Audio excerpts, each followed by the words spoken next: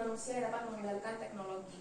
Kenapa menjadi manusia yang bisa mengendalikan teknologi? Karena kita akan mengetahui bahwa berapa tahun ke depan teknologi akan menjadi bagian dari kita.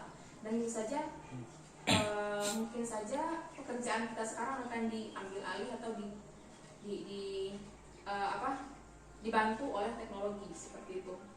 Lalu caranya bagaimana? Dengan menguasai keterampilan abad 21. Keterampilannya apa? Yang pertama, critical thinking skill, communication, kolaborasi, dan creativity.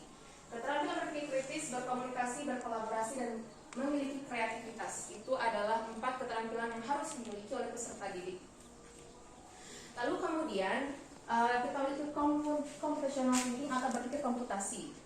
Berpikir komputasi ini adalah proses berpikir yang melatih otak untuk terbiasa berpikir secara logis, terstruktur, dan kreatif. Adapun 4 strategi dari berpikir komputasi. Yang pertama, dekomposisi, yaitu mengeluarkan permasalahan yang kompleks atau sistem yang menjadi masalah yang lebih sederhana. Lalu yang kedua, pengenalan pola, yaitu memilih pola yang sama dan mengelompokkannya menjadi satu. Lalu yang ketiga, abstraksi, yaitu fokus pada hal-hal penting yang relevan serta mengabaikan yang tidak penting atau tidak relevan. Dan yang terakhir algoritma, yaitu menyelesaikan masalah dengan cara sistematis. Kalau kita perhatikan langkah-langkah ini, sebenarnya tidak hanya harus dimiliki oleh peserta didik saja, tapi juga patut dimiliki oleh kita semua, termasuk juga orang dewasa. Karena pada zaman sekarang ini semua serba cepat, jadi harus pintar-pintar kita memilah atau memfilternya seperti itu. Jadi keterampilan ini tidak hanya harus dimiliki oleh peserta didik, tapi juga harus dimiliki oleh kita.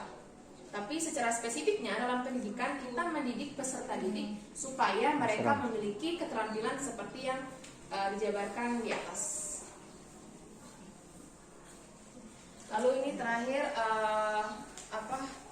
prakata mengenai teknologi, bahwa teknologi perlu ada di setiap kelas dan dikuasai oleh setiap siswa dan guru. Karena ini adalah pena dan kertas zaman ini, dan inilah lensa kita untuk merasakan banyak hal di dunia. Mungkin dalam pembelajaran banyak sekali, terutama dalam pembelajaran IPA, kita melihat banyak sekali fenomena, misalnya fenomena tsunami, banjir, dan segala macam itu kan tidak mungkin kita tunjukkan di depan mata siswa, tapi mungkin bisa ditampilkan lewat teknologi seperti itu. Oke, ada yang ditanyakan? Tidak. Jika tidak,